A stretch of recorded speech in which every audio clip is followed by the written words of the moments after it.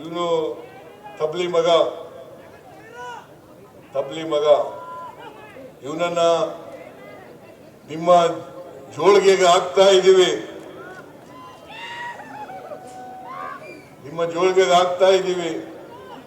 ಇವರಿಗೆ ಆಶೀರ್ವಾದ ಮಾಡತಕ್ಕಂಥದ್ದು ನಿಮ್ಮ ಜವಾಬ್ದಾರಿ ಅಂತಕ್ಕಂಥ ಮಾತುಗಳನ್ನ ಹೇಳಲಿಕ್ಕೆ ಬಯಸ್ತಾ ಇದ್ದೇನೆ.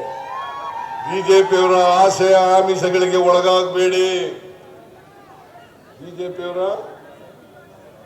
ಆಸೆ ಆಮಿಷಗಳಿಗೆ ಒಳಗಾಗಬೇಡಿ. ಚರಂತಿ ಮಠ ಹತ್ರ ದುಡ್ಡಿರ್ಬೋದು, ಗೊತ್ತಿಲ್ಲ ನನಗೆ, ದುಡ್ಡಿಲ್ವಾ? ಅವ್ರ ತಮ್ಮ ಇಲ್ಲೇ ಇದ್ದಾರೆ, ಮಲ್ಲಿಕಾರ್ಜುನ ಚರಂತಿ ಮಠ.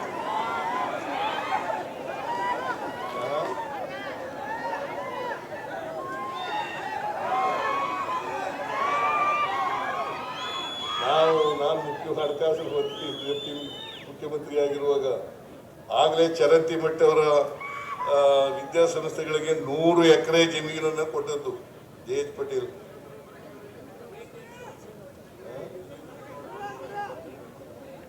ಅದಲ್ದೇನೆ ಜಯೇಶ್ ಪಟೇಲ್ ನಾನು ಇರುವಾಗಲೇನೆ 250 ಇನ್ನೂ ಜಾಸ್ತಿ ಹೇಳ್ತಾ ಇದ್ದಾರೆ ಅವರು. ಅವ್ರ ತಮ್ಮ, ಸ್ವಂತ ತಮ್ಮ,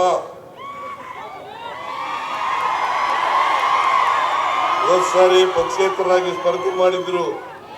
ಈ ಸಾರಿ ಉಮೇಶ್ ಮೇಟಿಯವರನ್ನ ಗೆಲ್ಲಿಸಲೇಬೇಕು ಅಂತ ಹೇಳಿ ಶಬ್ದ ಮಾಡಿ ನಮ್ಮ ಜೊತೆ ನಿಂತಿದ್ದಾರೆ. ಅವರ ಬೆಂಬಲನೂ ಕೂಡ ನಮಗಿದೆ, ನಿಮ್ಮ ಬೆಂಬಲನೂ ಕೂಡ ನಮಗಿದೆ. ನಿಮ್ಮ ಆಶೀರ್ವಾದ, ಜನರ ಆಶೀರ್ವಾದ ನಮ್ಮ ಮೇಲೆ ಇದೆ. ಅದರಿಂದ ಉಮೇಶ್ ಮೇಟಿಯವರನ್ನ ಗೆಲ್ಲಿಸಿ ವಿಧಾನಸಭೆಗೆ ಕಳಿಸ್ತಕ್ಕಂಥದ್ದು ಮೇಟಿಯವರ ಆತ್ಮಕ್ಕೆ ಶಾಂತಿ ಸಿಗ್ತಕ್ಕಂಥ ಕೆಲಸವನ್ನ ನೀವೆಲ್ಲರೂ ಕೂಡ ಮಾಡಬೇಕು ಅಂತಕ್ಕಂಥ ಮಾತುಗಳನ್ನು ಈ ಸಂದರ್ಭದಲ್ಲಿ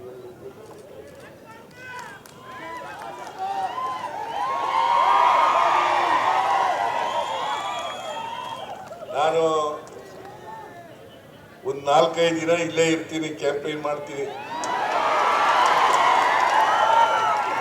ಹಳ್ಳಿಗಳಿಗೂ ಬರ್ತೀನಿ, ವಾರ್ಡ್ಗಳಿಗೂ ಬರ್ತೀನಿ. ನೀವೆಲ್ಲರೂ ಕೂಡ ದಯಮಾಡಿ ಆಶೀರ್ವಾದ ಮಾಡಬೇಕು ಅಂತೇಳಿ ನಿಮ್ಮಲ್ಲಿ ಕಳಕಳಿಯ ಪ್ರಾರ್ಥನೆಯನ್ನು ಮಾಡಿ ನನ್ನ ಮಾತುಗಳನ್ನು ಮುಗಿಸ್ತೇನೆ. ಜೈ ಹಿಂದ್, ಜೈ ಕರ್ನಾಟಕ.